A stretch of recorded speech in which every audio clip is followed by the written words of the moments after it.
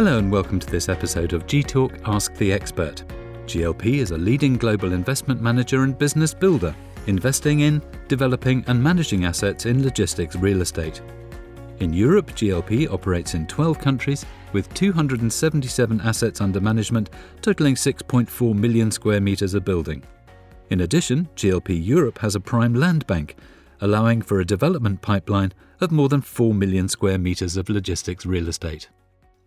One of those countries is Spain, and joining me today to discuss logistics in Spain is expert in the field Oscar Heras, who is GLP's Country Director for Spain. Hello, Oscar. Hello, Paul. Nice to be here with you. And you. Perhaps we can start by finding out a bit about you and your work. Yes, so I've been working on logistics for more than 20 years in many different roles. I'm a civil engineer from the Barcelona University, and I started before GLP in GSE, one of the main tourney contractors, as a technical director. I also manage the business, and then I started working in GLP in 2008. Since then, I've been doing tasks as construction director in Spain and in China for 4 years. And after, when we joined the GLP group in 2018, I have the pleasure to be named as country director. Since then, we have developed more than 1 million square meters of grade A logistic space, and that's what we are doing right now. Excellent. Well, before we come to what GLP is working on, let's set the scene by looking at the Spanish logistics market overall. What can you tell us about it?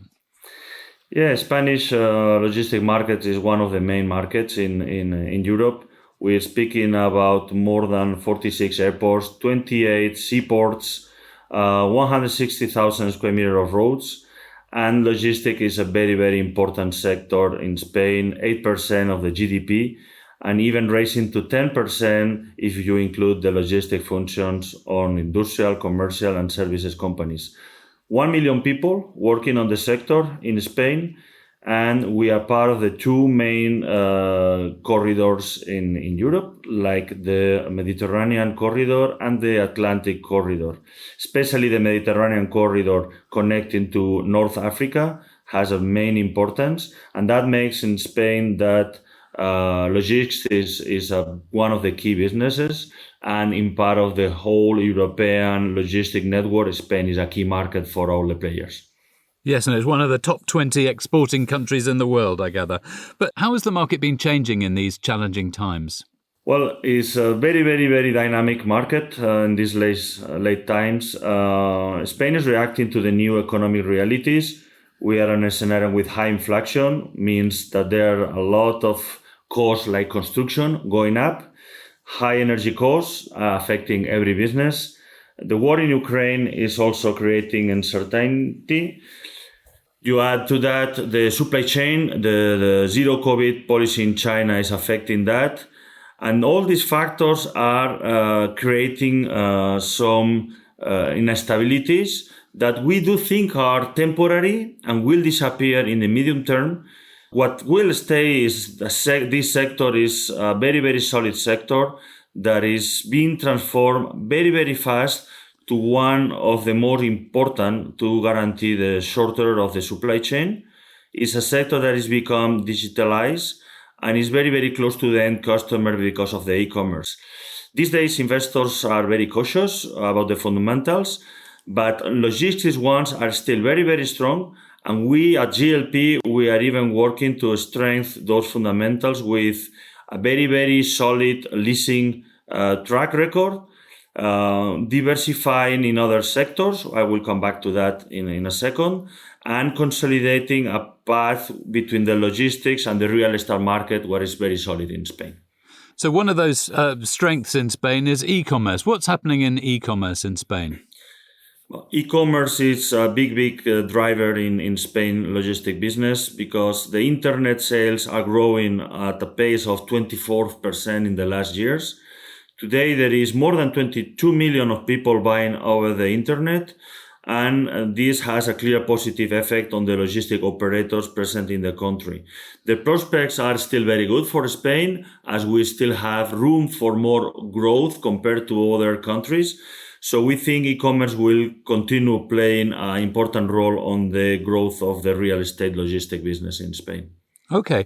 Well, let's talk about the different regions in Spain. Are there differences in Spanish logistics? Then after that, we'll come on to talking about GLP in the regions and where your main focus is. But first, regional differences. So in Spain, we differentiate mainly between the prime markets and the secondary markets. Prime markets are mainly those markets that are very close to the big cities, as Madrid, Barcelona, Valencia, and in the North Basque Country. Those are the main consumer markets, so logistics also are markets that we call those prime. After, we have what we call the secondary markets, is other markets that are also a key part of the supply chain, where we will be building those bigger warehouses to deliver nationally and to also connect with the main logistic corridors. Logistic corridors in Spain, the big one is, as I say, the Mediterranean corridor, the A2, connecting France, Barcelona, and then Madrid. And you can also go from the east to Valencia, South Spain, and connecting to Africa. That is the main corridor. And we're speaking that this is one of the corridors where there is more intensity of trucks. And we are trying in GLP to serve those markets. So our strategy is very focused also on prime locations, where we are going to be close to the cities, and then secondary locations with these XXL projects. That will be mainly the qualification or classification of the sectors in Spain.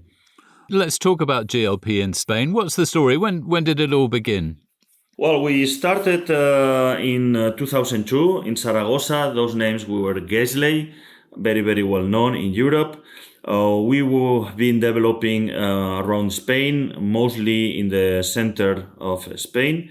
In 2018, we joined the GLP group, and this is when we really developed the business in Spain, where today we have developed more than 200,000 square meters. And we have one of the best teams recognized around the Spanish market. For GLP, investing in Europe is a very important part of the strategy, and Spain is a key part of that European or global strategy. GLP is one of the main players in Spain, and we are aiming to lead the market. We have very outstanding projects on the pipeline, and today we are already recognized for that modernity, bring it to the business. Well, what is it that you think sets these projects apart and sets GLP apart? We continue being pioneers in sustainability. We were from day zero when we started, and we continue being pioneers in sustainability in Spain. These days, we are also investing a lot of efforts in whatever is related to certifications, sustainability, not only but social. And also, we are trying to get specifications that satisfy the expectations for our customers. Energy is one of the key factors. So we are developing specifications that they are more and more giving opportunity to be more competitive to our customers. In terms of the portfolio, as I said, we have developed around 200,000 square meters in Illescas, in Guadalajara, in Madrid, Villaverde, in Valls. And we have capacity, and we are right now under construction to deliver extra 350,000 square meters. And what is even more important is we have secured around 500,000 square meters prime land, and this is a strategic point to be able to develop standing projects in the market. Okay, well, let's take us through some of those projects then. What are your highlights? Yeah, big list. So I will try to be concise. So big parks. The Tauro Park in Illescas is a reference today on Spain on what has to be an XXL park.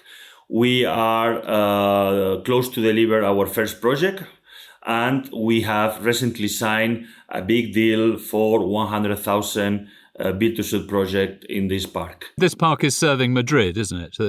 Correct, and serving Madrid, you're right, and also national. It's very well connected on the center of gravity, and very well connected north, south, east, west. So Madrid and national as well. Then in Valencia, we have also a very, very strategic park called Sagunto, when we are right now developing 50,000 square meters for one of the healthcare brands. And we are also having a 30,000 square meters building under construction. Those are serving national Spain, and we think it's very, very helpful to balance between Barcelona and Madrid. Other prime projects we have, smaller size, Pinto, South Madrid. We are finishing a 20,000 square meter ultra prime specifications. Santa Perpetua in Barcelona, probably one of the best crossroads in Spain in terms of location for national and Barcelona.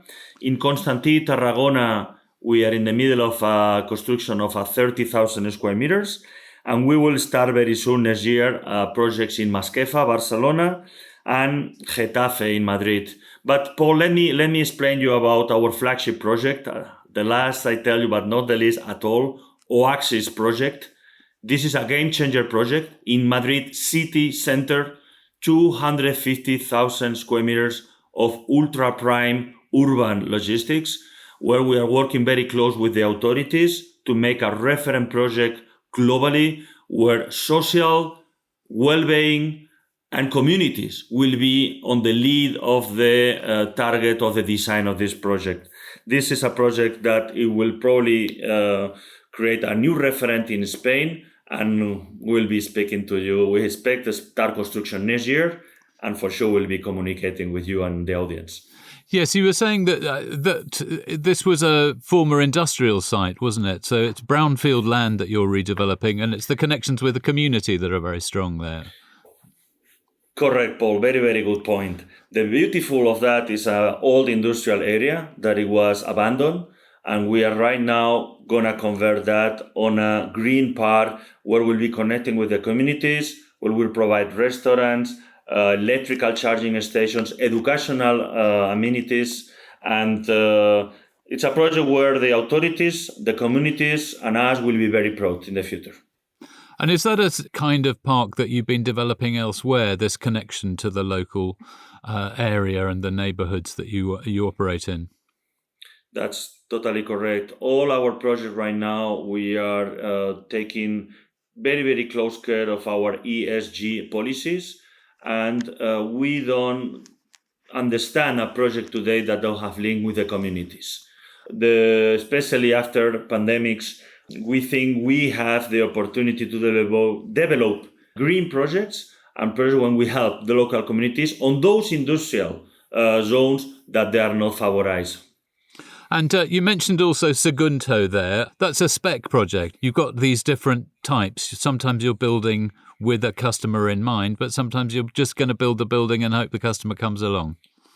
Exactly. So this project, as I said, we have a build-to-suit contract signed. So we wanted to combine with a ultra-flexible speculative project. And what is a speculative flexible project? Well, it's a project that can fit almost every logistic need. You can flex the size, you can flex the specifications, and thanks to that, we really think before we end construction, we'll be happily have a new customer. What sort of customer demand are you seeing out there across the different logistics regions in Spain?